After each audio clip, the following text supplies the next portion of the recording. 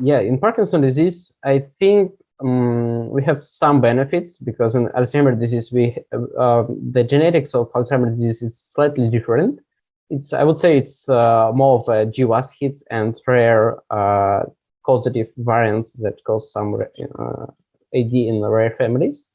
And GWAS hits are quite, they leverage quite small odds ratio.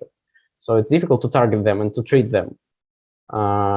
In Parkinson's disease, we have a few hits that we can choose as a drug targets. So first is GBA, it's a glucocerebrosidase encoding gene. This is a lysosomal protein, and in Parkinson's disease, multiple trials targeting this protein and this gene, because it's the most common risk factor for Parkinson's disease. It's prevalent from 5 to 20% of PD patients, depending on the population. So I believe that this could be a viable target, and depending on the trials, we soon should have some results that highlight efficacy. We have already published a few.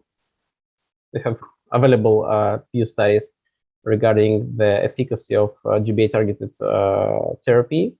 So we have substrate reduction therapy which didn't work. We have therapy targeting activity of this enzyme, which probably will work at some extent. And we also have studies on gene therapy. So it's intratesternal injection of GBA that should replace not working gene with a working gene. And we have quite high hopes on this as well. Also, we have other target, which is LRRK2. It's second most common variant. G2099 in LRRK2. It's the second most common variant in Parkinson's disease. And this is also quite viable target, and people trying to inhibit kinase activity of protein encoded by LRRK2. And trials ongoing, second phase, so we still have high hopes on this.